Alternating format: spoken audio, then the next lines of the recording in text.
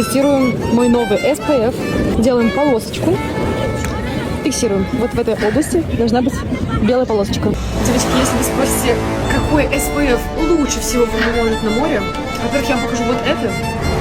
Во-вторых, я вам покажу вот это.